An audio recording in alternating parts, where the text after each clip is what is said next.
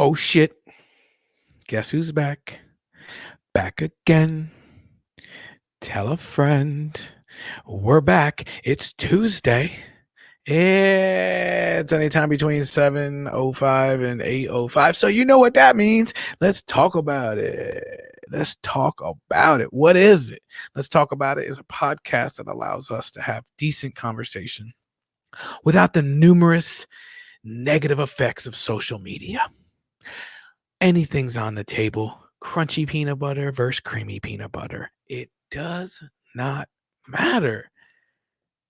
Gets a little bit more heated than that sometimes, but who cares? Oh, that's another podcast at 8 o'clock on Friday nights. The Who Cares podcast. Oh, moving nights, by the way, breaking news. The Who Cares podcast, formerly on Friday nights at 8 o'clock, are now on Thursday nights at 7:30. So remember, this Thursday, 7:30 p.m., Who Cares podcast, same damn channel, same damn awesomeness, just a different day. But we're Tuesdays.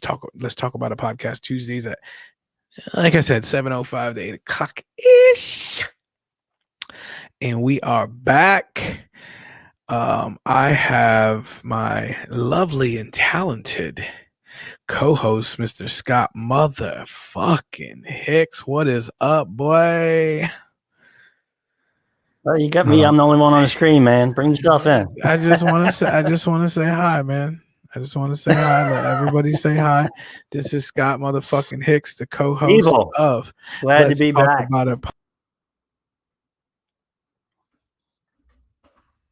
Are you there, man? Did we lose you, G? I'm here. There he is. Here. Just relax, man. Relax. RELAX. Trying to put this out on Facebook for everybody to look at. Yeah, do that. Share this. That's what I want to talk to everybody about. Hey, if you don't want to listen to what the hell we got to say, then you don't have to. But just share that shit. Somebody else might want to talk about it. You know what I'm saying? If you want to talk about it, check out the bottom of the screen. Wrong one. Where are we? I don't know where we're at. I'll put the link on the screen. I'll put the link in the comments first. People like that. They like it. How you been, buddy? How have you been? That's never an easy question for me. Mostly good. Today, fucking so tired of being in the house. All right, so I have literally not gone further than the end of my driveway since a week ago Saturday. Wow, dude. Get out of the house, bro. I know, it's just ugly out, you know, and it's cold. I don't like that. I don't really have anywhere to go. Michelle is we've come to a mutual agreement on who should be going to the grocery store. Mostly, I give that she takes on that responsibility, and she really. Why would you not order your groceries, bro? Well, there's a good reason. I would. If it was just me, if I were suddenly a bachelor again or widower, whatever. Oh, blame it on her. I don't think you want to blame it on her at this particular moment. I don't know if you want to blame it on her because we could. It's not blame. No. If you really want to, I'm getting to the good part. The good part is she likes to go to the grocery store largely because in person. Because first of all, you know, produce is a freaking it's a roulette wheel. It's a crap game if you're buying that shit online. But Michelle has told me multiple times she likes to walk through the grocery store because she gets ideas for different meals. And again, if I were a single man, widower, or whatever you want to call it again, I would eat 5 meals. I'm telling you, I'd eat the same shit all the time. So I'm really glad she likes going. Wow, he said fucking widower. Does that mean that your wife is dead? Well, in this hypothetical situation where I'm just this lonely single dude, I would eat 5 different meals. They would all be the same, exactly the same on the same day every week. And I would order my groceries. Yeah, I couldn't do that. I order my groceries, but I don't do that. But I had a pretty rough week too, man. And it's Tuesday, so you know how that goes. Well, it's Like, man, Tuesday to this Tuesday. when you're like Tuesday and you're like, oh, this week sucks. I mean, that's bad, bro. And I don't start my week on Sunday by no means. So Yeah. it was just yesterday and today. But we are here, and that's all that matters. Craig Robinson is in the building, but we actually have a community shout out this week. We want to bring some attention to it. It's a great thing to talk about. And you know me, I love to talk about great things. I mean, the name of the podcast is Let's Talk About It. But the problem I have is I myself don't really have a lot of great things to talk about. So I bring people on like Scott and TJ Bell and Matt Breener. Great podcast last week. If you're not watching this one, you should go watch that one. You can fast forward it to about an hour and 43 minutes and 47 seconds in if you want to. That's where it gets real good. But it's a great podcast. Shout out to Scott and Matt. However, we have a serious community outreach to talk about today, and that's the Beacon Tree. It's the Beacon Tree Foundation, and I don't know much about it, like I told you, but that's the website you can go to, and we are going to bring in the newly elected president, I think, of this organization or foundation. Is that correct, Scott? It We have a is. president? I think there's an impeachment pending, but Oh, there she is. Who is this young lady? My hair is a hot mess, but thank you for inviting me. Yeah, so that's would be Scott's wife and president of the Beacon Tree Foundation. Newly elected, right? You just won that election. Is it an election? It's not an election.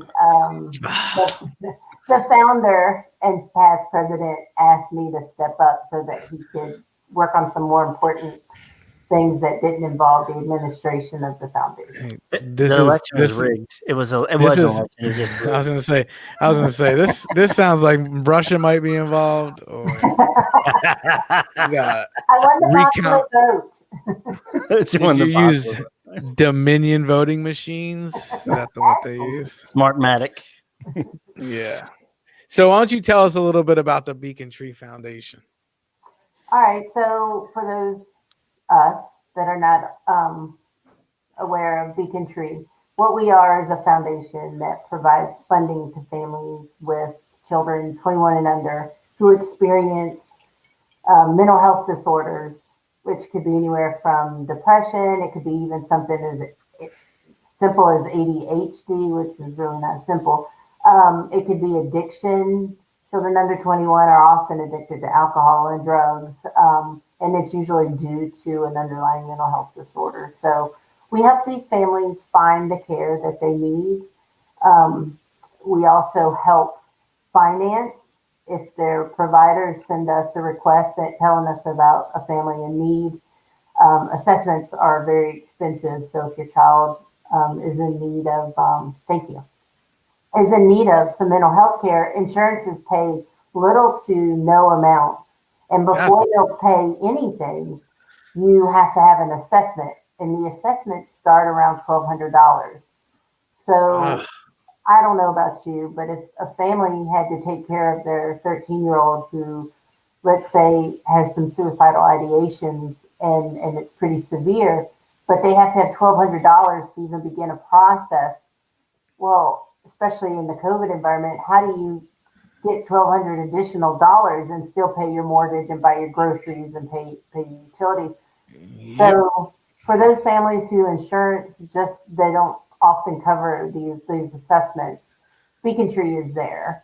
And what we do is we help pay for the assessments. We don't pay the family, we pay the provider directly. We pay for the assessments. Oftentimes we'll pay for the prescriptions, sometimes for 6 months, sometimes up to a year. We pay for counseling appointments. And it's all based on a need. That's great. And, not everybody gets it. We try to help those who families are desperately in need. Right now, we're helping a little girl whose mother died in September, and she's been very angry. Her go-to has been extreme anger, and she's hitting anybody and everybody. She's lashing out verbally. She's been kicked out the school system because her violent tendencies. Um, the grandmother has custody of the child, and she doesn't have the kind of money it takes to get her the care. And so Beacon Tree is paying for her assistance now. We're getting all that in motion so that we can get her the help she needs. I mean, that's a hard loss to lose your mother if you don't have a father in the picture and Yeah. doesn't know how to handle that emotion. So we're there to help, and that's what we do. We also are out there trying to remove the stigma, because people still will whisper, like back in the day, when somebody would say divorce, well, Jane got divorced. Well, people do that, when they talk about suicide. They're embarrassed to say their child is depressed, or their child has a severe ADHD and is struggling in school, or their child, started stealing beer out the neighbor's refrigerator in the garage. Yeah, that's people in general too, just not just kids either. Just mental health in general, I think, definitely has a stigma to it. And I was guilty up until about 2 years ago when I experienced it. Like, I was like, oh, I'm strong-minded. Like, weak-minded people, that's what happens. You gotta be stronger. Put your bootstraps up, And then I went through some stuff, and I was just like, wow. Like, you always see me hashtag, I'll put mental health is real. Like, people don't even think it's like, they get cancer and they give you all kinds of treatment and do whatever they can to save your life. But sometimes you got mental health issues, nobody wants to help you. So I love it. We're out there trying to get rid of that stigma. We really want to help the families, but in order to do that, we desperately need the help from the community. We need donations. We need people to volunteer at events. We're a small board right now. We're 10, which was large compared to what we were in the last year and a half. But it's we can't do it all ourselves. We can't be in every place. Last year, I did 3 events in one day. Yeah. I was traveling all over. There's a cat somewhere. Cat. Sing up. What's going on? Breaking up. So right now we're working on a golf tournament in October that we're looking for sponsors and donations of auction item prizes. And then at Beacon Tree, we have an annual event called the Trees of Hope. And that it's a very serious event where we ask for donations, but we provide some entertainment from some youth who have experienced issues and that we've helped in the past. And they play some instruments and do some singing. And Sweet. That's awesome. So we're looking for sponsors for that, because obviously we want to use any money that we have to help the families. So when we put on these events, we're always looking to have sponsors, even if it's for auction items, something to put in goodie bags, pins or pads with your company name, chapstick, anything. We're always looking for something like that. That's awesome. If you want to contact them, you can contact them 1-800-414-8427. Email info@beacontree.org if you're interested in finding out more information. The address is 9201 Arboretum Parkway. I'm just gonna. That's up I gotta jump in. Because she mentioned Michelle mentioned the golf tournament, which I have played in for the last 2 years and sponsored. I think tent for my business, and I got to tell you, this is one of the best. No BS. This is really one of the best golf tournaments. One of the best run and most fun golf tournaments. It goes on every year. It's really cool. I'm not that good of a golfer, but you don't have to be to have fun. It's just it's a lot of good people, and it is really it's just a great day. So, Awesome. and seriously, the people who come to this golf tournament, if you are a business, a local business, and you want some exposure, the people that come to this tournament, generally there's a lot of business people there.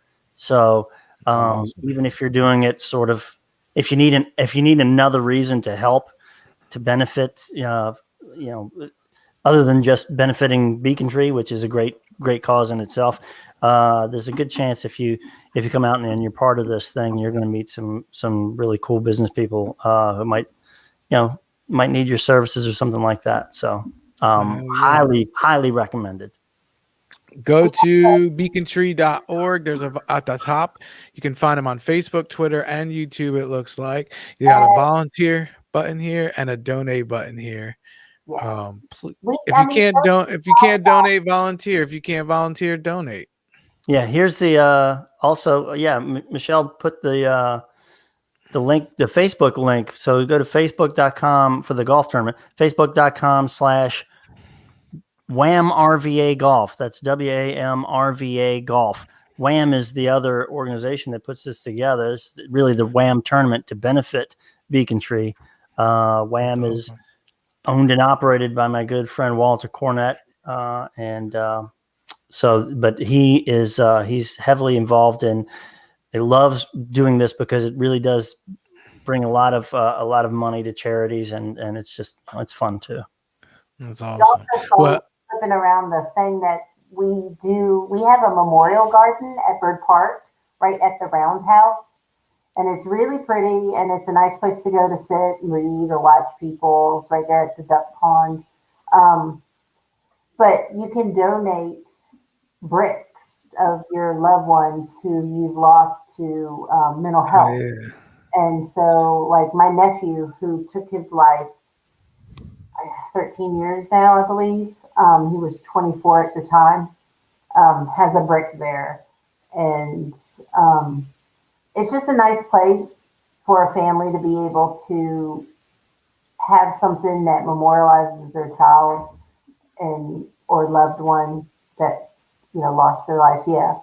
And so we do an event thing where people donate, and twice a year we take all of the bricks that were donated. There's my nephew, Marshall Adam King. All the bricks donated, and we do a ceremony where families come and talk about their loved one if they choose. That's awesome, man. Last year, Scott's son, our son Jacob, played the guitar in the background during the ceremony. It was really beautiful, and it was just really light and low, but just to have something in the background. And yeah, we've been trying to get him to do that on the podcast the last 3 episodes. Don't play anything. So one of the families there was not going to talk. They lost their daughter here, and it was a terrible death. But they weren't going to talk. But he said that watching Jacob play, and then Jacob allowed me to announce that he had some mental health issues that he suffered from, and the guy told Jacob, it helped him to be able to speak up and everything. So that is so dope. It is a neat thing to see people come together and be able to. It's an awful thing to lose somebody to something like that. So to find that there's more people out there and you're not alone. But all 3 of our kids have experienced different mental health issues. Abby has severe anxiety, which she's kind of growing out of, which I'm so thankful for. But it is scary when your children feel these things, and that's why trust me, I feel you. Sure that other families don't feel the stress that we have, as a family, have felt, and I know others have. Yep. Mental illness is real, and not only isn't it real, but when you have a young kid life is already tough enough. You go through, growing up and becoming a teenager and all that, you throw all that on top of it. It's just, I'm glad that we have somewhere like the Beacon Tree. So I want to thank you personally for doing what you do. Anything you want to put out before we kick you out of here? I do want to say that Scott MF. She's frozen like the Macarena. Scott MF Hicks is looking like a hottie over there. I don't know what's going on. I think it's your internet. All right, bye. All right. It sounded like you. It sounded like all the breakup. It sounded like I wish Scott would give me a kiss. I think she said I was looking sexy or something. I Peace don't know. out. Bye, Michelle. Oh See man. ya. Yeah, this is crazy. Yeah, this is My kids must be streaming or something. I did say he looked sexy. Oh, Scott could Lord. read my lips. Well, there she is in from the other room. I did. I said he looked sexy as hell from across the hall. All right, I'm out. I'm going to fix dinner. All right. I guess we're having some technical difficulties here with G. I don't know where he is. Apparently we were. All right. Good to have you back, brother. This all right, whatever. I don't know. Maybe it's because of all three of us. I don't get it, but Probably. She's gone now. I've never had my Wi-Fi thing pop up on the StreamYard screen and say, not a good connection, like ever. I could hard connect it, but I'm lazy. Yeah. Anyways, shout out to Craig Robinson. He's joined us. He watched that little session 5 of the Masked Singers Wednesday March. Forgot Craig Robinson's on that show. And Brandon Marshall and Kevin Love. Yeah, Brandon Marshall's really into that. He almost ruined his career to mental health. And somebody else I want to bring up that is I don't know if you know who this is. Shout out to all my viewers that know who this is, Charlemagne the God. But yeah, you know who he is? Good. He's really, really. Didn't he wasn't he supposed to be getting a show on HBO or something? Yeah, he has a radio show. I thought he was getting like a TV show. Yeah. Oh, he might be. He's doing all kinds of stuff. I'm not super familiar with him, but I've seen him, and he's damn sharp. Yeah, he is, and he had some issues with mental health, and he's all about therapists, and I told you I did it, man. It's like you went to therapy. Oh yeah. I'm such a proponent. I think everybody should go. Maybe you don't go. I 100% agree. Yeah, maybe you don't go once a week, 2 weeks, every 3 weeks, a month, once a year. I mean, maybe that differs, but I think everybody should go. And I was dealing with some shit, and my buddy got me in there, and I said, you know what, man? When I walked out of there, like, people say my chest was heavy. Mm-hmm. I was walking around with a heavy chest, and they say that you literally feel the weight lifted off your shoulders. Mm-hmm. That's kind of cliche, and people say that shit when maybe they really don't mean it, But for the first time in my life, that's when I felt that shit. Like, I know what they're talking about when they say it. The weight just lifts off your shoulders. As I was walking out, it was amazing. So ever since then, I've been trying to tell people, man, go. I was I've gone to therapy a couple of times in my life, and I'm like you. I think anybody who's interested in like feeling better or any sort of self-improvement or anything like that, I mean, it's really nice to have a different perspective from somebody who's like completely neutral, and I actually was thinking about going this past year, just too many stressful things going on. Yeah. Well, I got a good one.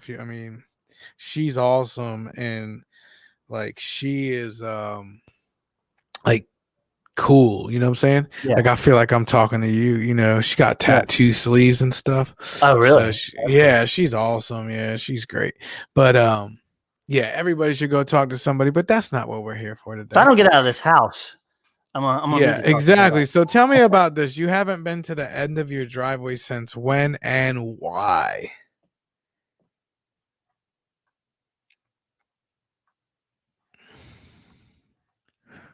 There?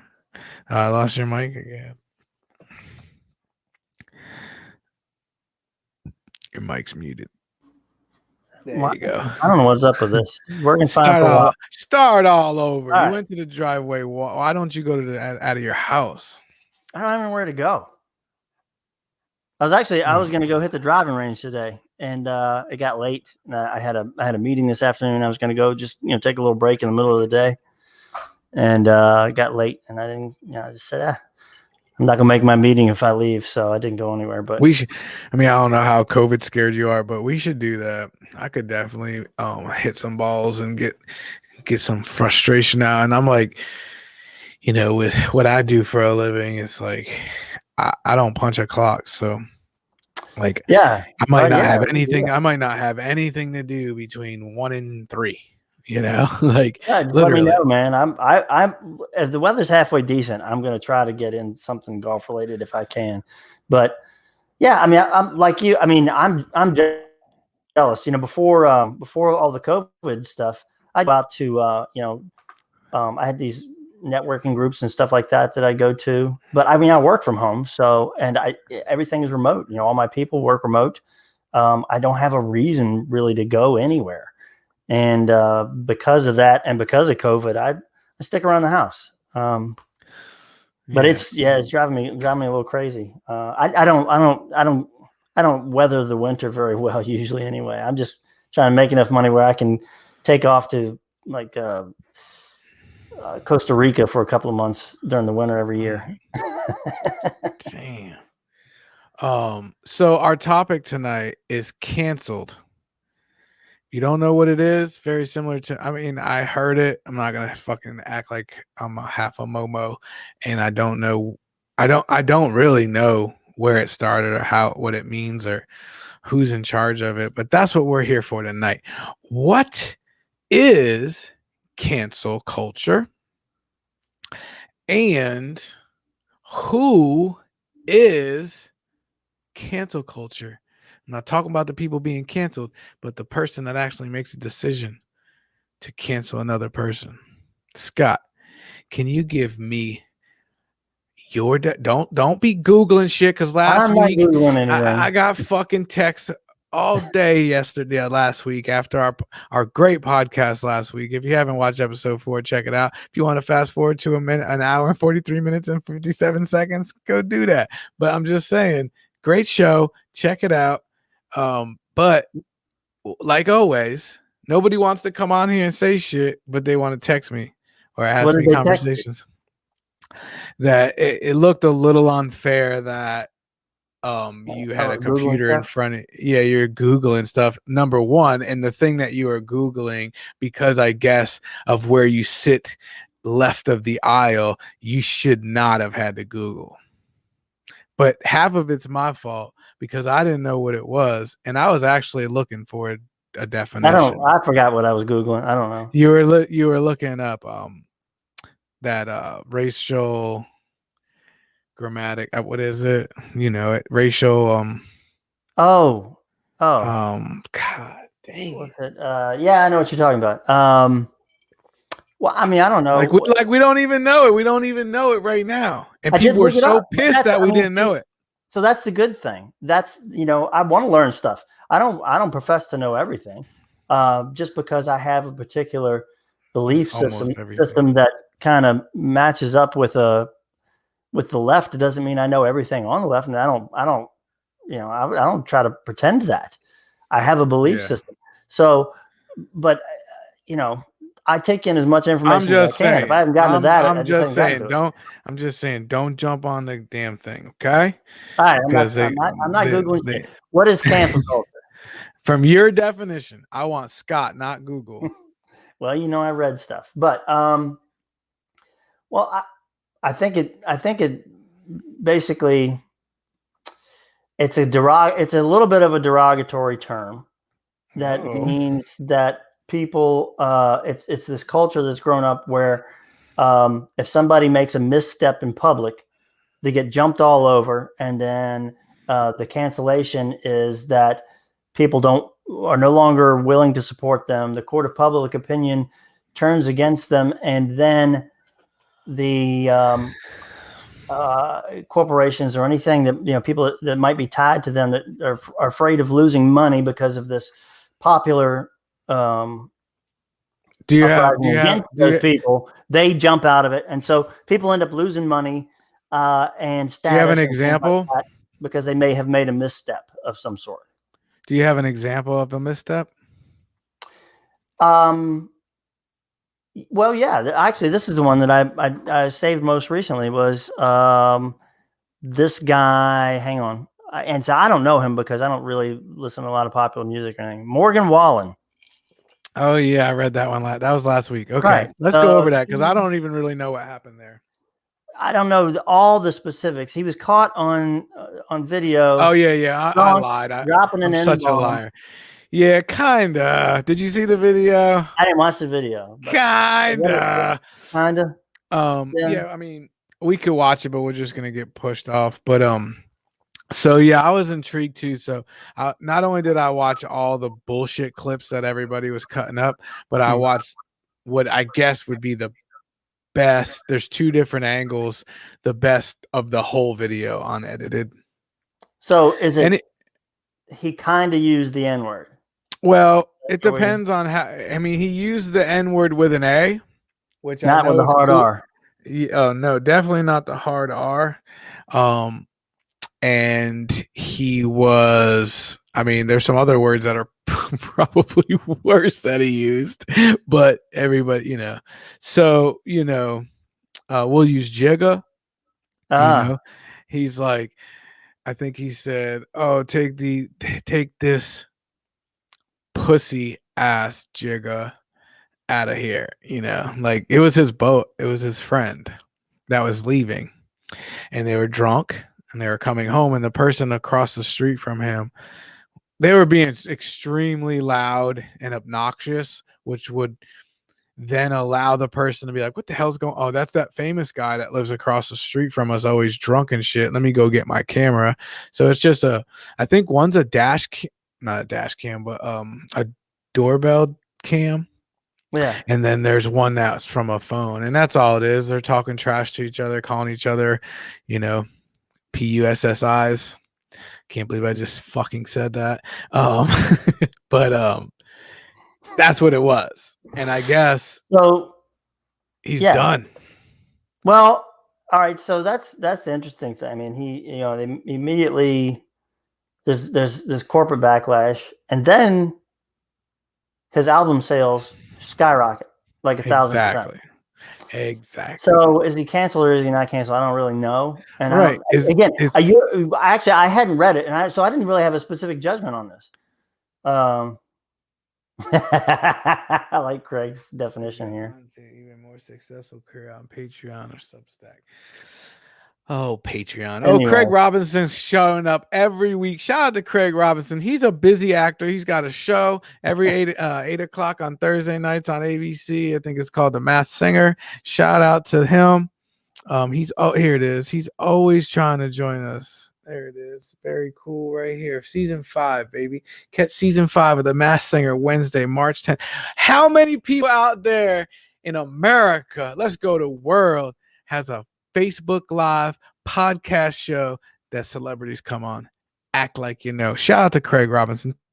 Thank you, sir. He's going to blow us up.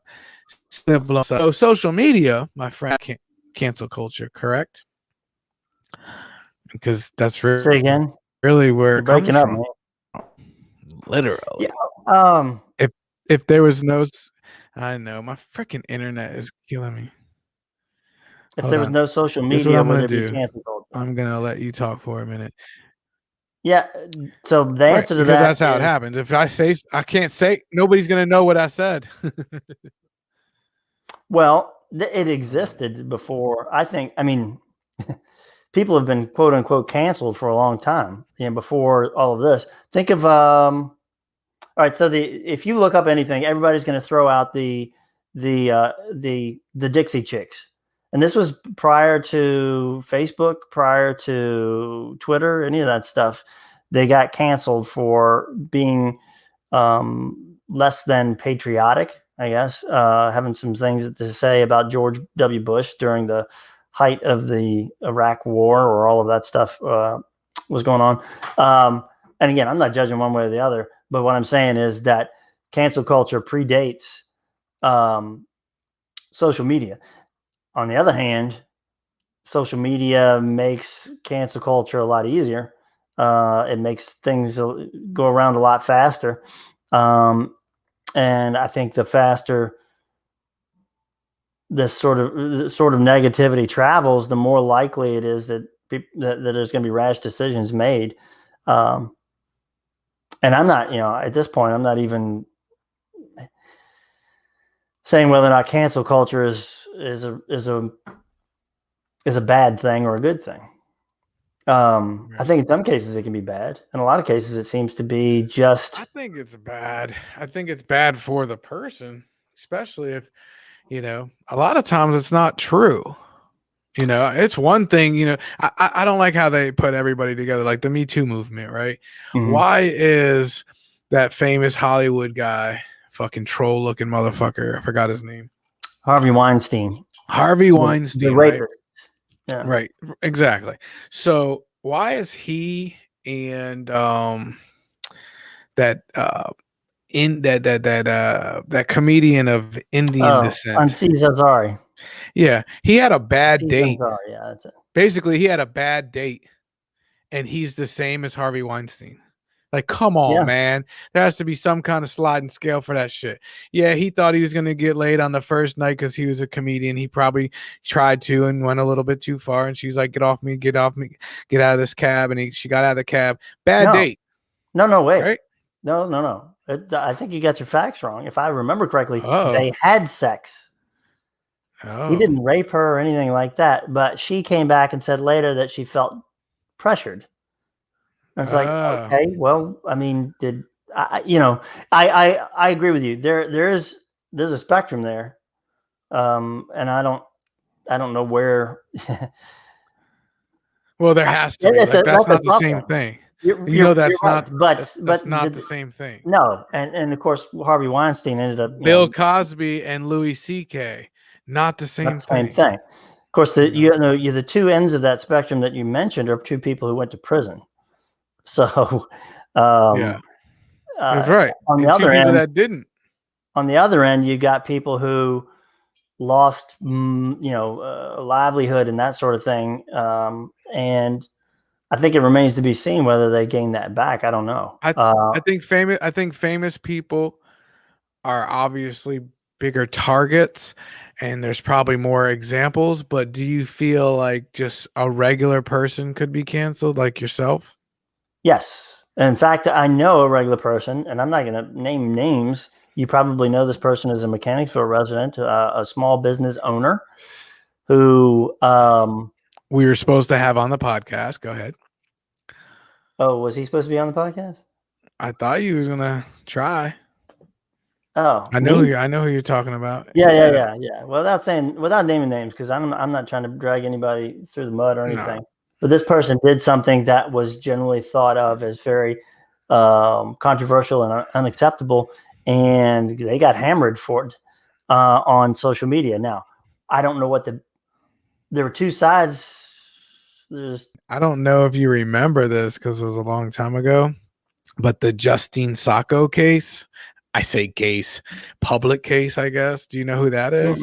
No, tell me about it. So Justine Sacco was a PR director for some company. That's really not important. She only had 170 Twitter followers. She was just a regular person. Oh, so wait! She was on an international flight, and she was on a flight from New York to South Africa. Yes, to visit her family during the holidays in 2013. Justine Sacco, 30 years old and a senior director of a corporate communications at IAC, began tweeting little jokes about the indignities of travel. Indignities, yeah.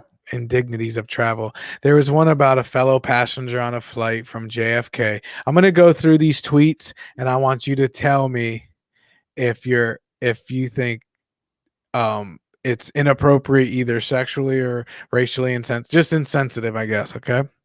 The first one is weird German dude. You're in first class. It's 2014. Get some deodorant. No, that's fine. I mean, she's not done. Inner monologue as I inhale your BO. Thank God for pharmaceuticals. I don't even know what that means. She did mention that he was German, right?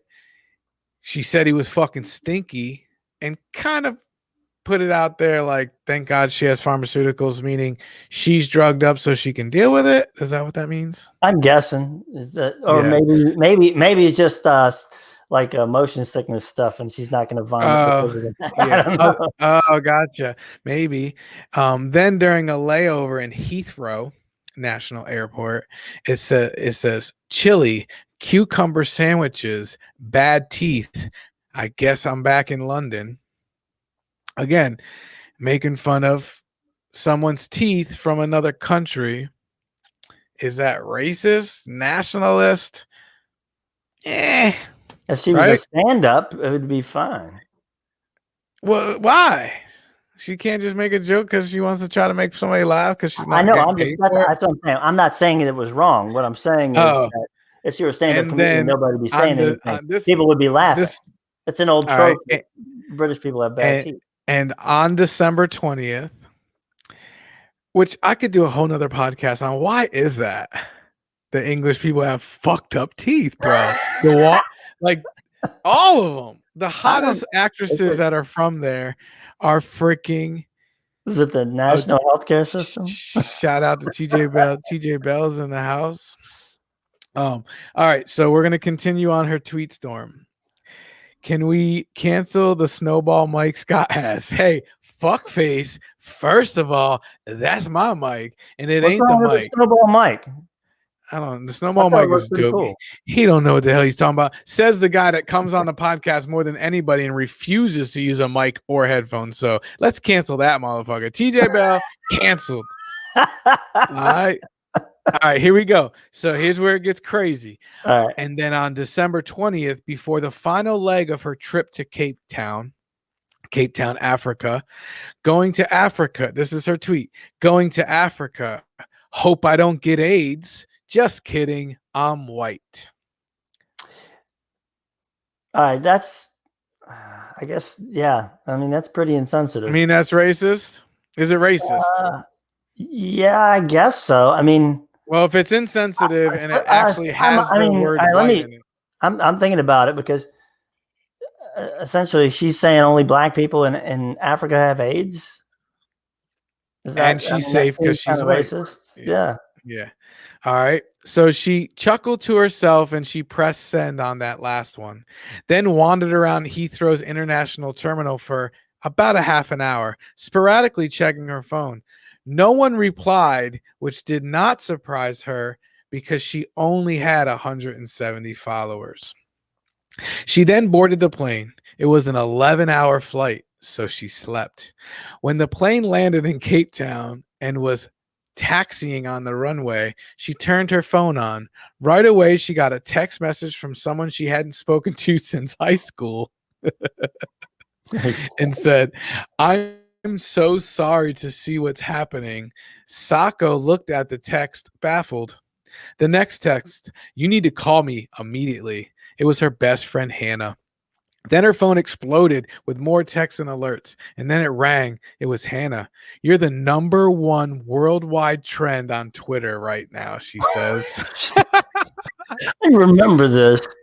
Sako's Twitter feed had become a horror show. In light of at Justin Sako, if you want to hit her up on Twitter, disgusting racist tweet, I'm donating to @Care Today. And how did Justin Sako get a PR job? Her level of racist ignorance belongs on Fox News. These are just tweets that people sent her. Hashtag AIDS can affect anyone. Hashtag I'm an AIC employee and I don't want @Justin Sako doing any more communications on our behalf ever. And then one of her employers from IAC, the corporate owner of the Daily Beast, OkCupid, and Vimeo. This is outrageous, offensive. She's still in flight, bro. She hasn't even landed yet. She has not even landed yet. It went crazy. All I want for Christmas is to see @Justin Sako's face when her plane lands and checks her inbox, her voicemails. Oh man, I just want to be going to have someone there when she arrives. Well, guess what? Somebody went there and filmed her arrival. So before she landed, it says the tweet was, "We're about to watch this at Justin Sacco bitch get fired in real time before she even knows she's getting fired. The entire world knows she's fired except her until she lands and turns on her phone." That's a regular person on a flight just posting that shit, dude. Like, are you serious? Yeah, I mean, that is But the power of social media. she lost her job, so technically she got canceled. That was in 2013, bro. So did she deserve it? Well, let's break it down. Does she? I think. I mean, if you're a PR coordinator for a major company, well, on the one hand, she had no expectation of it reaching more than her 150 followers. On the other hand, it doesn't matter. She obviously has some entitlement or issues or something. I don't know. I mean, she's obviously insensitive. I mean, or like you said, or she's looking for an open mic night, bro. Like she's just an amateur comedian that's not funny. But that's what I'm saying. It's like people are always like, it's not offensive as long as it's funny. But that's not true. It could be funny and offensive to somebody else. You know, you can't control my funny. Right. So let's, like you said, let's break it down. I mean, was she just trying some new material? Is this, like you said, the right under her thing, if it says inspiring comedian or check out my open mic night dates, a little bit different. You're 100% right. But and I mean, if she really was on a stage and said those, well, I don't know if she was. Somebody can say those things on stage and get big laughs. Maybe she's not the right person to do that. I don't know if she's aspiring to do that either. But I think that's maybe you got to try a different tack with the medium. You got to be, because the thing with Twitter is. The thing with Twitter is you can't see somebody's face. You don't know somebody's intention. I mean, that's the whole purpose of emojis, right? So you can add some emotional part or some intentionality to just written words. So maybe she was just trying to be funny. Maybe she was trying to be a comedian. I don't, it seems a bit, like I said, context is important, but you don't get context in just 104 characters. Well, I can agree with you on most of those texts, but like I said, she claimed that it wasn't racist, and I would argue that if she said going to Africa, hope I don't get AIDS. Oh wait, I'm American. I mean. That's a little different, but she literally said white and put an exclamation point. So, I mean, she wanted it to be racial, right? Maybe she's not a racist. Maybe she don't hate people, but she made a racial comment, and she's a public relations person. Come on, man. I mean, I'm not trying to defend her. I mean, the likelihood, I think, is that she's just an insensitive person. It's not that she's a comedian, an aspiring comedian. It's just that she's an insensitive person. I mean, she made 3 comments in a row, three tweets in a row about denigrating different types of people. That kind of, I think that lends to the case that she's probably just isn't that great of a person, or just as kind of, I don't know, unaware. Not woke, as we were talking about last week. Not like last week's topic, woke. They kind of go together, right? They kind of go together. People getting canceled. This is where it gets a little. Do most people who get canceled, though, do they deserve it? This is the phrase I read this week. Is it cancel culture or is it consequence culture? In other words, you have the right to say whatever you want. Or in a lot of cases, you can do a lot of things too.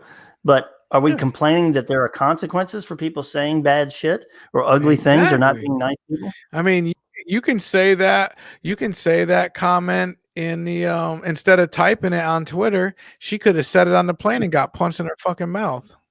Right? Like that's a consequence. I guess the question is, should the consequence that she loses her job? That's a hard one. I don't, like you talk about, who's in charge of it? Who's in charge of cancel culture? Who's the judge and jury? And it's just public opinion, and it's just people who have, generally speaking, it's the public, and then more importantly, it's the people who have some sort of financial stake, right? Right. So, Josh Hawley, the senator, who caught a lot of flack for not being, the whole insurrection thing. Anyway, he got his book publisher canceled on him. They canceled him because they have a financial stake in. And what did he do wrong? Josh Hawley was like, he's on. He's the one. Ted Cruz and those guys who were objecting to the election on the. There you go. On the 6th, and continue to object. Even after the riot, and so he had a book that was I don't know, Simon and Schuster, one of those publishers, but they pulled the plug on it. So, wow.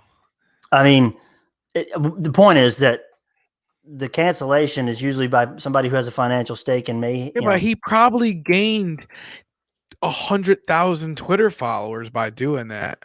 Yeah, well, from that's and somebody else is publishing his book. And we're discussing individual cases here, but I guess the bigger question is, are people deserving of those consequences? Most people deserving of those consequences, and is the punishment commensurate with the crime? Speaking of consequences, what is he doing? It looks like he's holding his wife's hand or something. I don't know. Black Lives Matter? Is that what he's doing? Oh, you're thinking so like the Black Power salute? Yeah. Huh? What's wrong with little Josh Hawley? Unlikely. What? Oh, this becoming this. What? This might be a thing. Look at this. That was him walking past the crowds prior to the riot. Huh? Look at this. Got a pen in his hand and everything. Anyway, again, I'm not. So Chris D'Elia, right? Chris D'Elia. Yeah, there we go. Chris D'Elia. Yeah, that is. He's a stand-up comedian. He was about to go bananas. He was on a Netflix TV show. I mean, this guy was just at the pinnacle. His dad is a big-time director in Hollywood, so of course, because of that, yeah, his dad's Bill D'Elia, big Hollywood family. His brother, his whole family's involved in Hollywood. But so of course they say that, they see that and they're like, oh, he had that rich kid kind of Hollywood upbringing, so it's believable of what he did. And then what really sucked was he played a pedophile on the Netflix show. Yeah, he got canceled off of that one. That's for sure. But yeah, he's been known. So this whole thing is, and you can do your own research, but I did a little bit. I was actually a fan of his. And he did like young girls. I mean, I think he's like 37 and he was messing with probably 19 to 22-year-old women for the most part. And then the whole tweet thing was supposedly that he contacted a couple different, like 6 or 7 different girls, and they were like 15, 16, 17. But he posted all of the information that he could, that his lawyer would let him. Like all the tweets and messages and stuff. And what they failed to report is at the end of all that, they tell him that they were not 15. So did he go back and forth with 15-year-old girls? Did he go back and forth with 15 that he thought was 15-year-old girls? Like, and he's done. He's done. Well, is he done forever though? I mean, probably not forever. And he had a podcast that was everything was going up everything. He had the Netflix thing. He had the Netflix special. He had the Netflix TV show. It was like trending #1. His podcast was #1. I mean, he was on top of the world and they just took it. No charges. Didn't So, go to jail. but he seems to be more the exception than the rule. I mean, people getting canceled. I mean, doesn't it seem like the most people who get canceled deserved it, or did the I bad think thing? so. If they did it, that's the other thing that goes I along mean, with it. I think there's a lot of argument that the cancel culture shouldn't be, that people shouldn't have to pay. And I agree to an extent that some people maybe shouldn't have to pay for small transgressions. Everybody should be able to make mistakes. So on the one side, I mean, damn, I mean, there's a million things in my past that I'm glad are not public knowledge. The consequences of making a mistake can seem a lot more severe these days because of social media and the way things, information travels so quickly. On the other hand, I mean, you have to take some responsibility too for putting it out there. So we talked about the local guy who got canceled because of something he did that was controversial. But his personal responsibility, even beyond just doing that thing, is posting it on social media. So you have to understand that when you do that, you're opening yourself up to that possibility. Yeah, and it doesn't. Anyway, and it doesn't help that. So Brian Callen is one of his really good friends, and like 2 months later, they got Brian Callen. 21 years ago, ladies, he was in a relationship with this woman. Like it was his girlfriend for like 3+ years. And 21 years later, she said that he raped her. So he gone canceled. Well, that's it doesn't help that they're friends and had a podcast together. Yeah, I guess so. it just looks really bad. It's crazy. I don't know. I think that a lot of the railing against cancel culture is it seems to be railing against the consequences of people not being particularly nice people.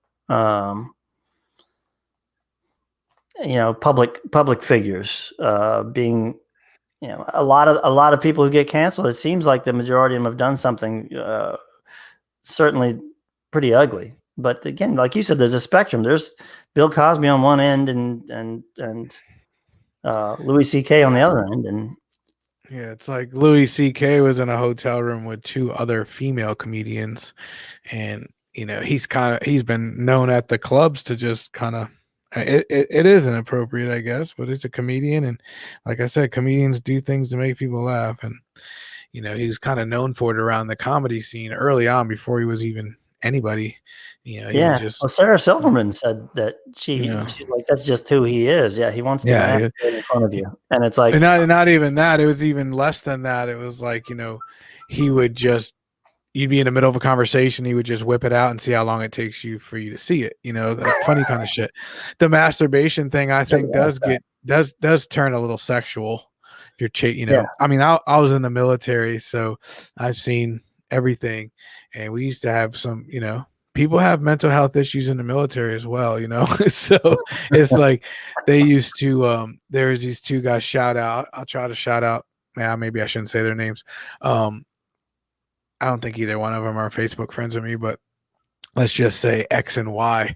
They'd be in the berthing, which is where everybody slept, like all 95 guys. Y'all probably pretty much a bottom bunk, a middle bunk, and a top bunk, and then there's just a room filled with these, and then there's like a common area.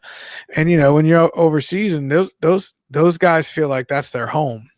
So they get out the shower and they walk right in the room that everybody else is watching the football game, and they'll sit on the couch butt ass naked because it's their fucking couch, those type of guys. So they would play games and stuff, and they would grab their thing and chase each other around the berthing like a cockfight. Did you chase them around, G? Did you get chased?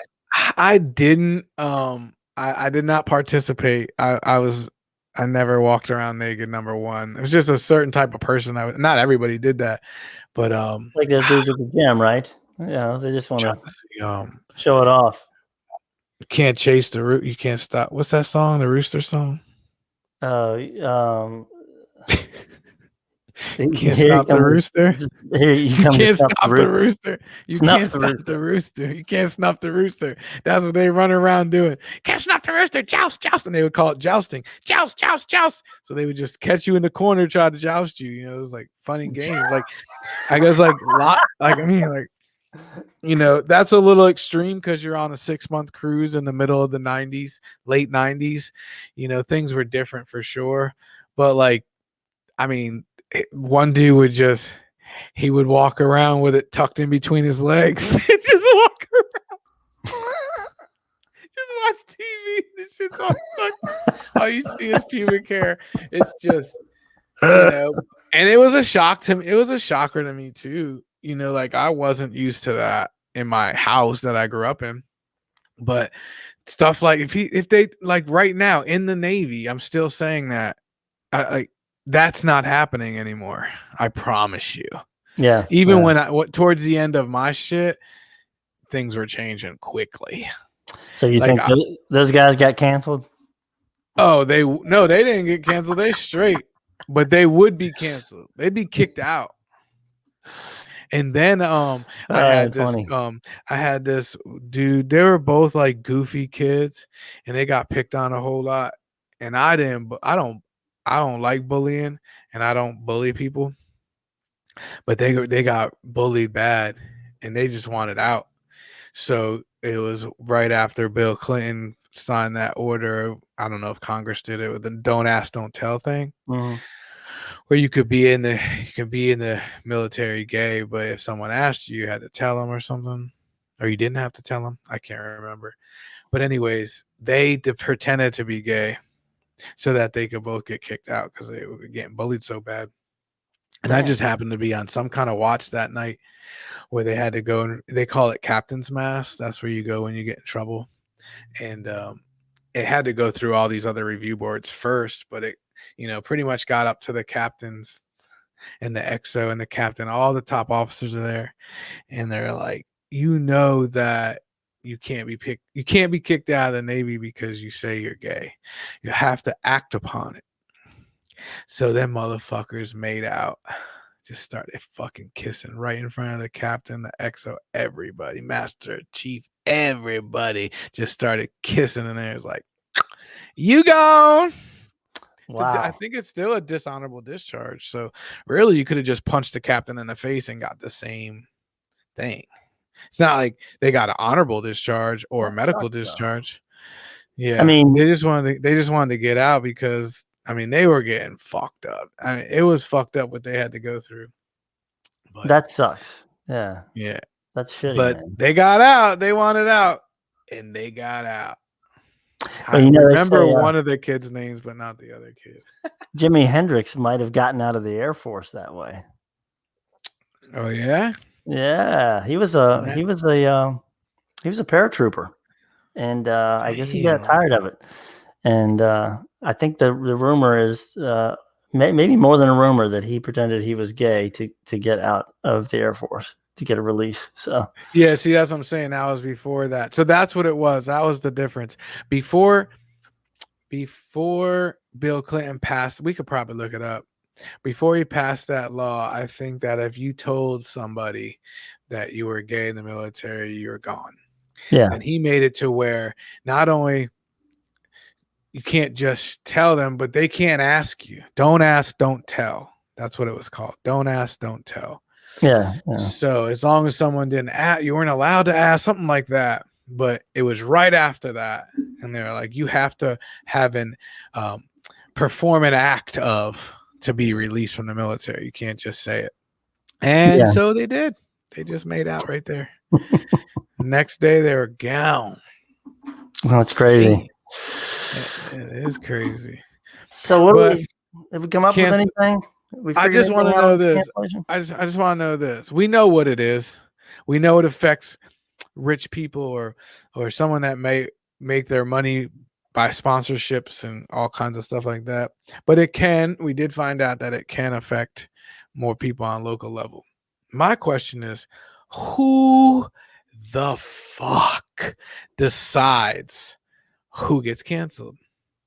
Like, who is this? What is this? A committee? The unwashed masses, the mob. They just hashtag you our way.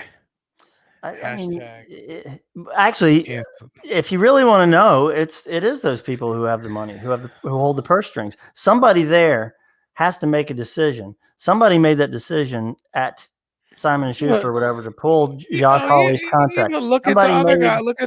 Look at the lady on the airplane, though. Yeah, That well, was just so public. so everybody's mad at her, but when you actually say who made the decision, if the cancellation is the actual consequence, like her losing her job, Yeah. Then her then company made that somebody at that company said we're making because of the calculation.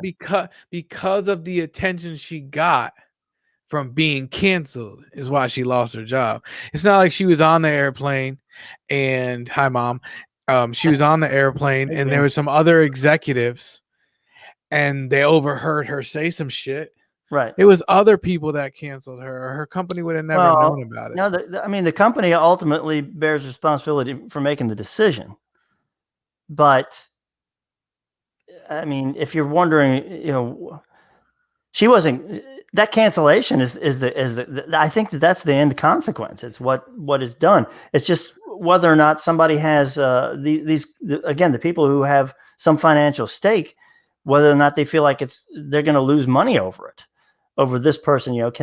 Could her bosses have said, listen, we're really, we're aware of what she said. We don't condone this at all. And in fact, we're going to be working with her and getting her some help with her issues.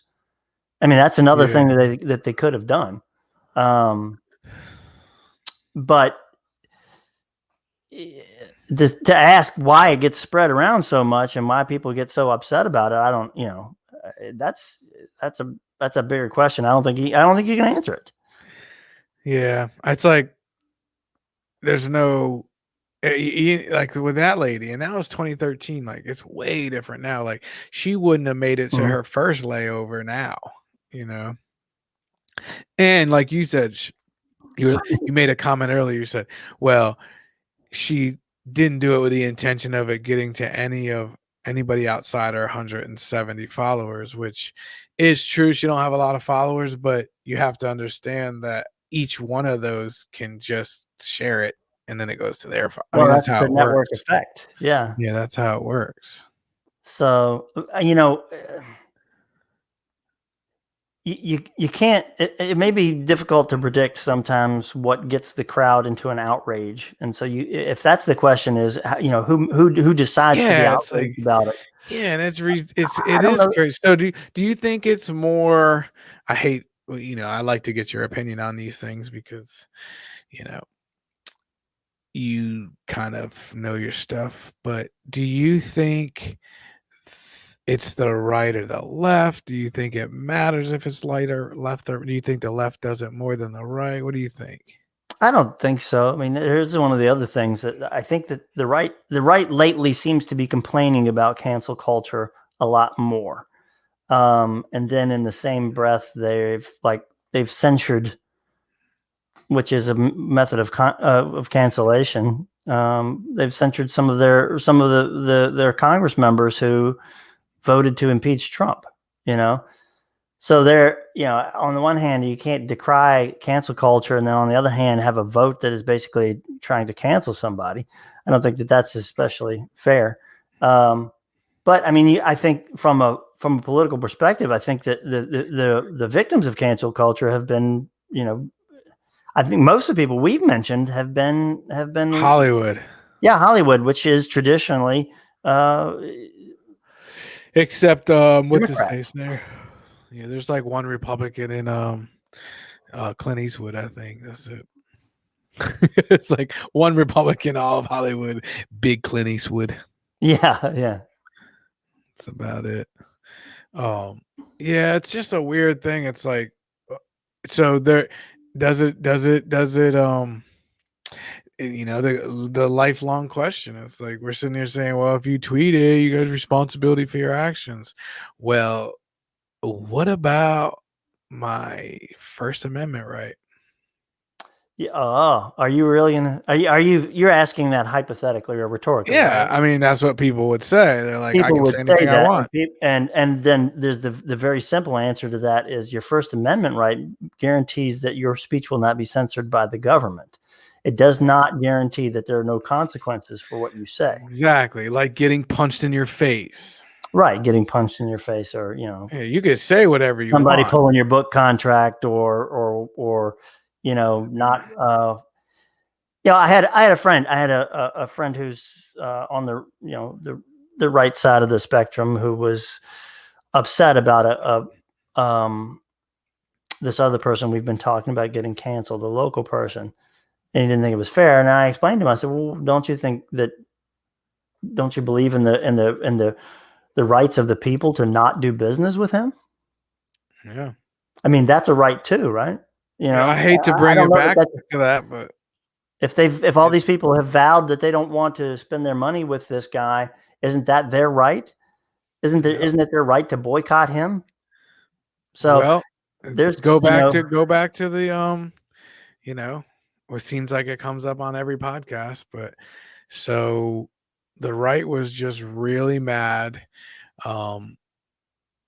At least right-wing media made it seem like they were really mad about, if I'm a straight Christian baker and Scott and his boyfriend come in and want me to make their wedding cake, I'm a private owner. If I don't want to do business with that person, I should not be able to do business with that person. right. Right? Wasn't that what that was all about? Same argument, exactly. Right. I mean, I But let's fast forward to Trump post presidency, not while he was still president, but post presidency, taking his Twitter away.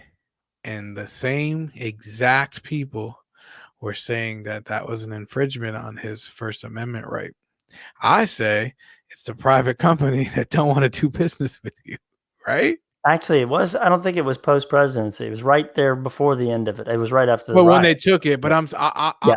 I like I said Yes. last week with you, I think he should have after the presidency was over. I think they should have gave. I think I was on board because I think he was being reckless with the Twitter account, obviously. But I think after all said and done, it was he as a civilian right now should be able to have his Twitter account. Well, the question remains. Let me say first of all that I agree. It's a private company; they can do what they want. It's not censorship. Yeah, It's not. because he can go. If I'm not mistaken, he can call the Associated Press and have a press conference right now, right? Yes. So, but I will argue this. And I don't know the real answer to this, but if they just to say that he's no longer president doesn't mean that he no longer has the power to call together his followers and cause havoc. So I'm not sure that he still should have. I'm just saying if it's a legit, I think if he's being reckless with his Twitter account as being the president of the United States, and let's not forget that they gave him so many chances, Oh yeah. Kept, well, I mean, I think they should have taken it away when he was threatening Kim Jong-un over Twitter. On Twitter. Come on. That's pretty damned irresponsible. You've got what did he say, Rocket Man? The Rocket Man tweet? Well, no, but I mean not just insulting, but he said something about fire and fury and all this stuff. It was a direct threat. And I mean, this guy's making a direct threat to another nuclear power over social media. That doesn't make sense. I don't know. Anyway, but I'm just saying but that's the argument, right? Twitter's a private industry, and if they don't want to do business with them, they don't have to. Just like the baker doesn't have to make the cake. And no pun intended here, but you can't have your cake and eat it too. That's right. Well. Knew that one was coming. It was just a softball waiting for me to hit that motherfucker. But whatever. I don't want to be canceled. And you know what they say? It's like the whole Snowden thing. They're like, I had a family member of mine, and they're, not the brightest family nonetheless, but not the brightest people we're talking about. But he's like, I don't understand, man. Why would you care if anybody's looking through your emails if you ain't doing nothing wrong? It's like, what? Like, so I just give him my privacy because Yeah, I'm no, that's a bad not doing idea. anything wrong. Like, It's a yeah, that's terrible idea. awful. That's awful. That's when you stop the argument, though. It's like, all right, Yeah. you're good. I'm done with you. I just can't. I wish I can't. were that good, G. I wish. You just I will give say that this. private. You give your privacy away like that. Like, they're fucking listening to me right now. So let's stop fucking beating around the bush. But you use a smartphone, you're fucked. Yeah, this is true. How about this? How about this? There's another quick case. I don't know the name of it. It's a couple years ago. I remember it. They had a guy was running for office. It was maybe a judge. Do judges run? Like circuit judges? No, they don't run. Some right? do, I think. I don't know. It was either a circuit judge or like a district attorney or something. Okay, yeah. And do district attorneys run against each other? I think they do. You know what? Something like that. I should know more about. And it was, politics. I don't know. He was running in a small town in Maine. And he was on a business trip.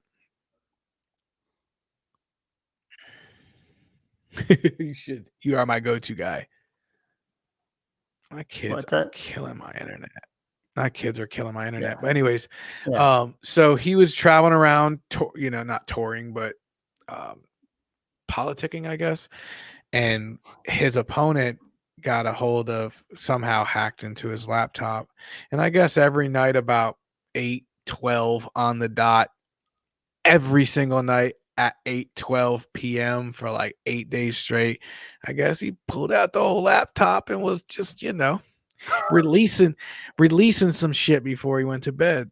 And they got that footage and blasted it all over the place, and they lost the election. Like, for doing something that, technically in his own private, it's not like he was doing it in public, even though they made it public. He's done. I don't even know him anymore. He's done. He probably works at fucking Arby's. So it can happen like that. So every time I'm in the bathroom thinking about releasing some extra stress, I put a piece of tape over my camera. You don't watch porn on your phone, do you? That's how they get you. What the hell else do you watch it on? It's right in the palm of my hand. Your laptop? I would never bring up a website. I would never bring. I'm protected. Not like that, but I'm protected virus-wise. Not like that again. But computer virus. But I could tell you that I've had this laptop for 2 years, and I promise you, it's never been to a site like that. And so, why is that more? Why is that scarier to you than your phone? Well, because I think it's probably easier for people at the NSA that are watching me do it on my phone, obviously. But I think I'm more thinking about my hardware, not that hardware, but my actual laptop, because it's so much easier to get a virus on your computer than your phone. Actually, I've never in my life, ever in my life, had a virus on my phone.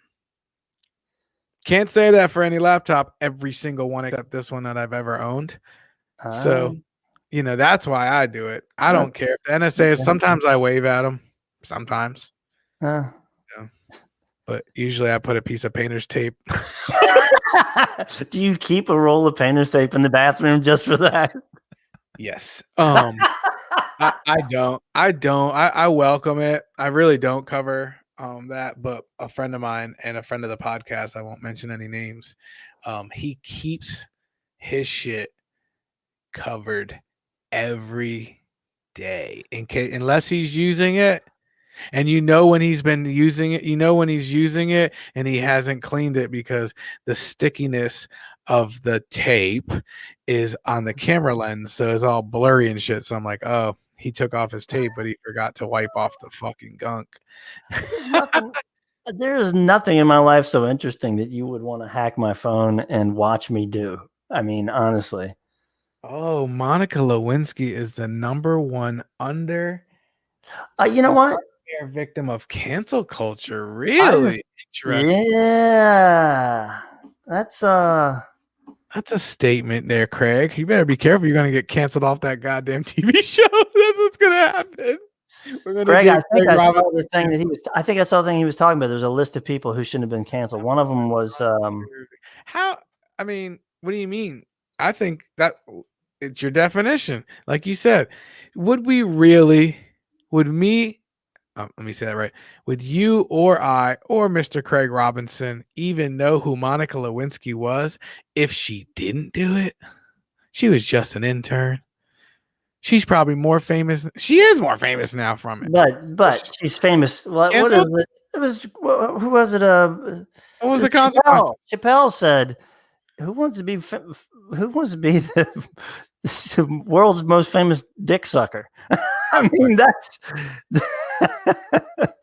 Yeah, what was it? Like, what you're famous for, and what has she been able to do with that? Chris Rock said it. Chris Rock said it in 1994. You know, he's like, it's all Hillary's fault. I mean, if you think about it. He said Hillary put the free world in jeopardy and she needs to pay the consequences for her actions. He said she should have been the first one down there to suck it. Yo, check that out. That's on Chris Rock Bigger and Blacker.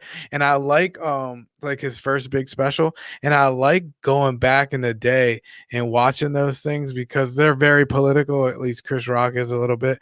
And it's just like, wow, it brings you back to that time. You're like, oh yeah, Monica Lewinsky. He was like talking about the Columbine shooters. It was right when the Columbine shit happened. And he's like, I don't know about. He's like, I ain't scared of black kids in the projects. He said, I'm scared of white boys. He said, if I jump in the elevator and there's 4 white boys in trench coats, I'm running. But it's all relevant to the time. Like you laugh at that because you lived it and you remember that shit. But if my son watched it, he'd be like, what the fuck is he talking about? White boys aren't scary, you know? Because how old were you when that happened? Remember Columbine? Yeah, well, what year was that? 93, maybe. No, I think it was later than that, wasn't it? Oh, 96. You're looking it up. I'm looking it up. Don't you Google because we'll get yelled at. I'm not Googling anything. You do the Google. All right, Columbine. There, he was making fun of him. He's like, I ain't got no friends. Oh, I'm gonna go kill everybody because I ain't got no friends. I'm just like, man, that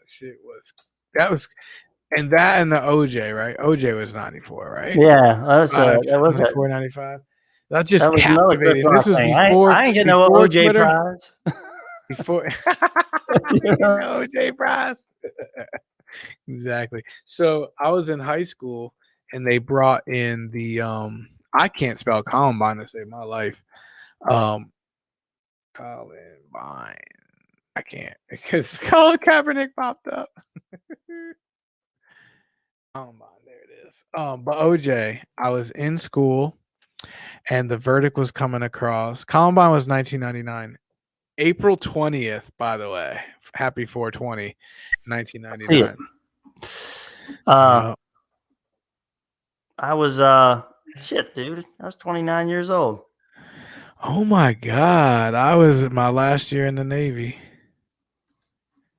Holy smokes. I thought I was in high school when that happened. Yeah, I was confusing the OJ thing. So the trial's coming, right? And at that time, for most of you, I mean, you probably don't know it. It's Schenectady, New York. I was in Schenectady High School and maybe 6th period or whatever. I heard people going crazy and they're about to do the verdict. So the teachers started grabbing those. Remember the old, well, you're even older than me. You probably watched this shit on microfiche, but they used to bring in the propeller thing for you. Well, actually, yeah. The projectors, yes. Reel to reel, yeah. Yeah.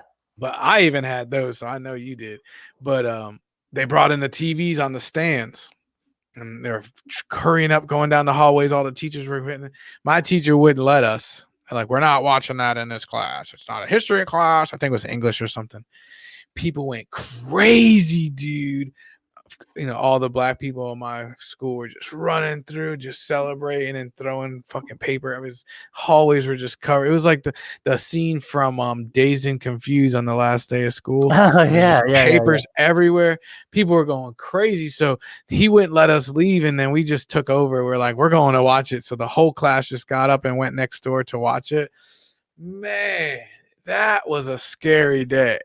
Really? It really was. Oh, it was, dude. Like, I'm not gonna lie. I mean, I wasn't from the best neighborhood, so people were pissed at me. Like, I was on the jury, like I was even involved. Like, I was part of the LAPD. Like, it wasn't good. That and the Rodney King day was not a good day. I don't really remember about the Rodney King day, but I know the OJ. I was working for the cable company, and I was just not into it. You were a cable guy. Yeah. Oh, I didn't install cable. OJ is proof you'll never be canceled if you don't want to be homeboy chilling. Yeah.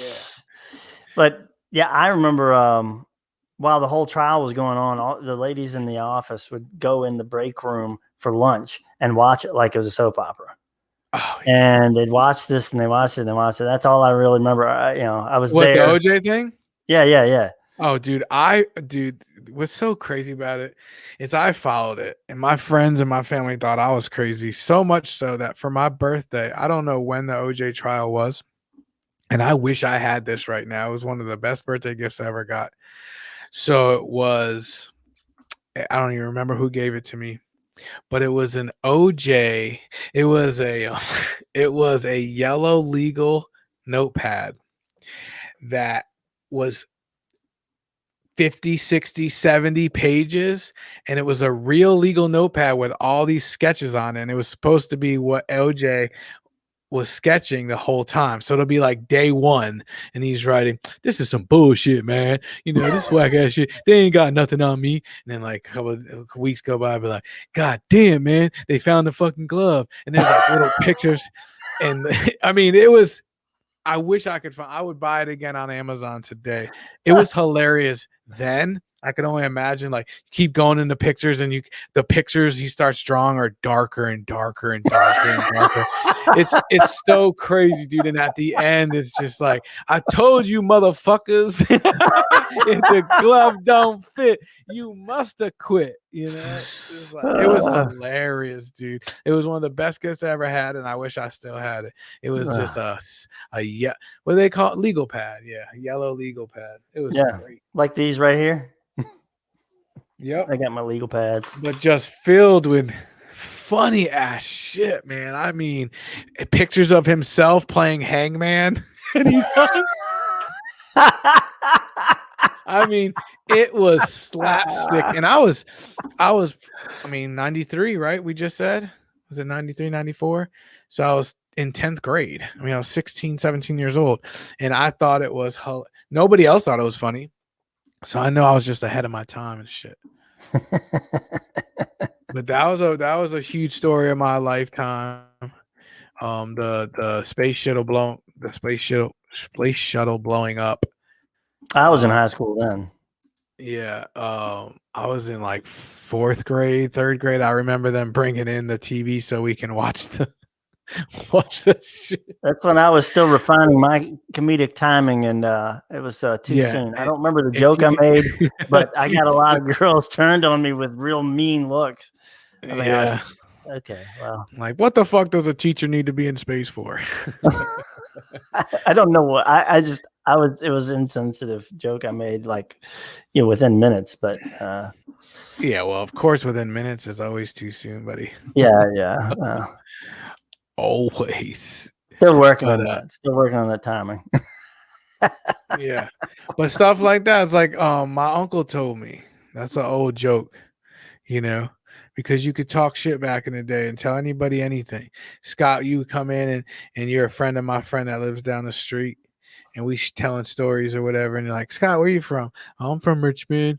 I'm just visiting for 2 weeks to visit my friend." We're like, "Oh yeah," talk about shit.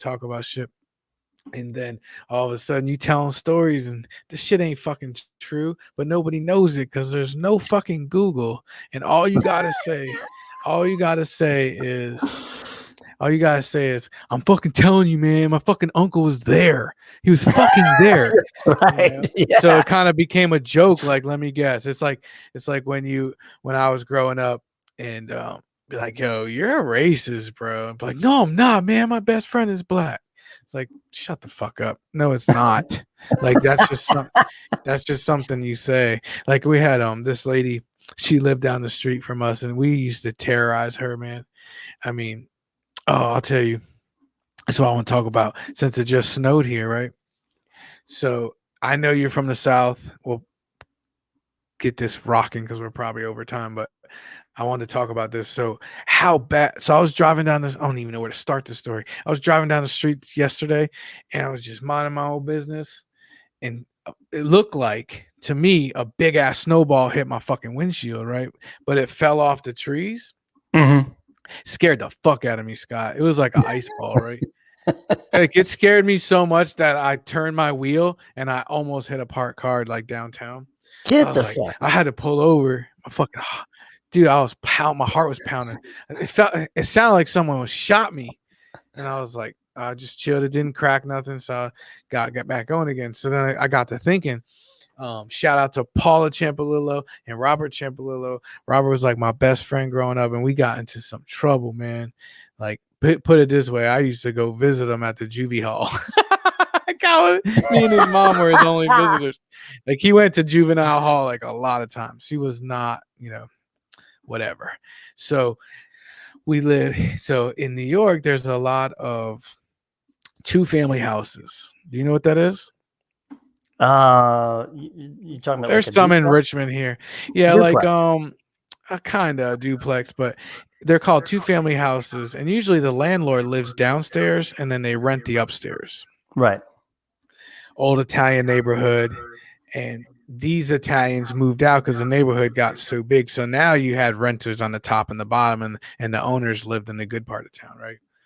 So he lived upstairs. So you would walk out. If you were downstairs, you'd walk out and you're on the front porch. You walk down as you go on your way. If you're upstairs, you walk onto an enclosed deck, almost like a porch, but obviously you can't walk off the end of it because you're gonna die. So we would go downstairs, dude, and make a ton of snowballs and soak them in fucking water and make them ice balls. And this is a street that, I'll give you an example. It's 360. That's how busy it is. Mm. It's equal to 360. So let's just say me and you are on top of Zaxby's on a porch, just humming ice balls at people's cars that are going about 35, Holy 40 miles shit. per hour. I mean, so fucking dangerous, bro, that I look back at it now and I'm like, what the fuck? Like, we literally could have killed somebody. And we did this every time it snowed, right? So one day we're in there, we're just humming them, right? And they can't see because there's this big oak tree, and just the angle we got, they don't stand a chance. So we throw it, we watch it hit, we giggle, we duck, right? It's just boom. We got so good at it. And I don't want to say I've always been an athlete, but I've always played sports, and I've always been super competitive, and I could throw a snowball, right? And so could my friend. So we'd call it. We'd be like, wait. Foom, foom. So mine would hit the trunk. Mine would hit the hood. Doosh, and his would hit the roof. Doosh, almost at the same time. We had it down to a science. So what happens next? It's a brake slam on. Right. They're looking around, roll down the window. What the fuck, man? Who the fuck did that? They can't tell. Some don't even stop. Some almost wreck. Most of them keep going, and they'll hit their brakes, look for a second, and go. Well, we ran out of snowballs. It was like the last day of the snow, so we just started throwing anything we could get our hands on, bro. We went into his mom's kitchen. Shout out to Paula Ciampolillo. She does watch the podcast sometimes. we went into her kitchen, her pantry, and grabbed a whole bag of potatoes, and we started humming hard ass potatoes, bro. Potatoes. Dude, we can see the dent. We could hit the drive. I'll be like, all right. I'll be like, passenger side front door, boom, and just watch the dent go into the car and the potato splatter. We run out of potatoes. We go and get the eggs. We go through a dozen eggs. Eggs are pretty funny, but still dangerous. And we run out of that. Dude, we threw everything we could find. Onions. So this dude caught us. Finally, we got caught. So, and I thought we already hit him the first time around. So he played himself and came around again. So I fired, either he or I fired another one. And as soon as it left, I noticed the car because I saw the dent that the potato left in the car. So I knew as the onion was flying through the air, I was like, oh shit. Before the onion could hit it, the guy slammed on the brakes. The onion went in front of the car, hits the ground, and he jumps out his car in the middle of 360, basically.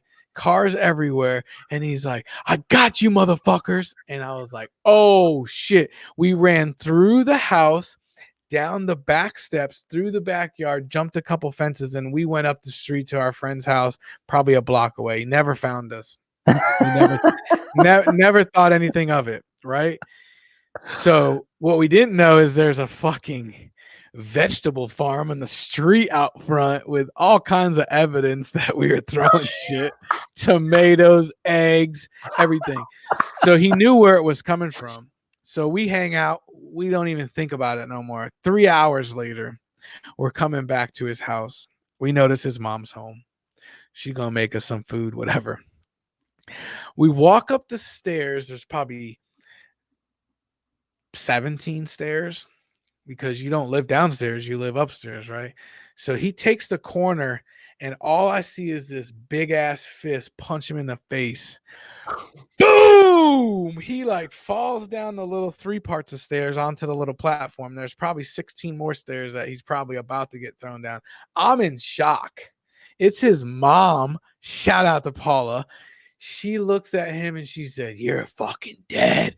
Looks at me and she's like, "You better take your fucking ass home." So I don't even know if she already called my dad. So I don't know what I'm walking into when I get home. I just know that when I was walking down the steps, I felt bad because I would never leave my boy hanging on the street if he was getting his ass whooped by anybody but his mom.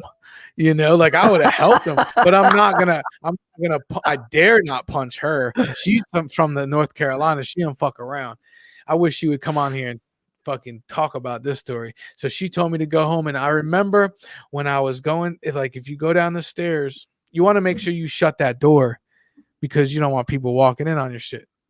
So I remember her saying, "And shut my motherfucking door."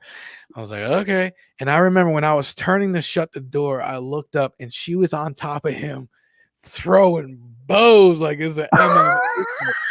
And I felt so bad, dude.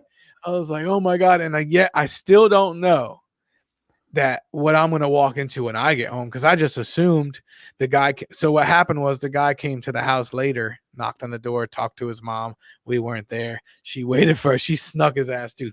Dude, I mean, fat lip instantly. Back then, you could do that and nobody's going to tell on you. Yeah. Like she's not going to get arrested. She ain't going to get fucking canceled. She ain't going to get Me Too'd for that shit. She just beat the shit out of her son. We were probably 13 and she's a grown ass woman. She was probably like 35. Bop, bop, bop, bop, lit him up. So I'm coming in my house like bobbing and weaving because my dad's kind of jacked, you know, like I ain't going to be able to take them blows like he took them blows, you know, but she never ratted, bro. She told, I think she talked to me like a couple days later and she asked me if I told my parents what happened. And I was like, honestly, nope, I didn't. But she didn't rat me out. I think she told my dad like years later, like telling this story and, oh, well, at least they don't throw potato, you know, coming over for a sleepover a couple years later. And she might've been like, well, at least they're not throwing potatoes out of your house while you're at work or whatever. But yeah, dude, it just got me thinking of all the dumb shit we did. You know what else we did during ice storms? Jump on the back of bumpers of cars with a fucking skateboard with no wheels on the ice and snow. Oh, like shit. That's how we got around town. Like they're like, how the hell we are gonna get all the way over there? She lives like 3.5 miles away, going to a chick's house or something. Like, come on, man, bumper. And we would ride a bumper, trying to hide out of the rear. Very Michael J. Fox-ish in, in Back to the Future. And you just try to stay out of the view. We got caught doing that. Dude slammed on the brakes. My boy knocked his 2 front teeth out on the bumper. Oh shit. Because he knew we were on it. And he just slammed the brakes. Kablow! If my kids, I get nervous if I'm like, where you going? Where you going? Where you going? He's like, I'm just going to ride my bike around the block. Relax. I'm like, no. Make sure that the guy down, the red dot guy on Google, we Googled it. He has red dots by his house. Don't go by. It's just like they can't even be kids nowadays. And I look back, and of course, I don't want them doing that either. But there's some kind of got to be some kind of slide mechanism. You ever see the movie Kids? Yeah, that was like that's a good movie, but man, that's a good. It's intense, right? But it's so every day there. Like Joe Rogan likes to talk about how if you grow up in Alaska or New York, somewhere where it gets like they just got 36 inches of snow. They're not shutting down the city for 2 weeks, bro. You figure out how you're going to get your ass to work. That's a different lifestyle than down here where an inch of snow that shuts down school for a week. It does make you who you are. And if you live in Alaska and you break down in the middle of the night and your car's not running, they have blankets and shit in their trunk. They better. Because you're gonna die. Just to survive like that immigrant mentality, right? They say people from Russia are just like badass, because they gotta be badass. Right. Like you, bro. Not so badass. I haven't left the house.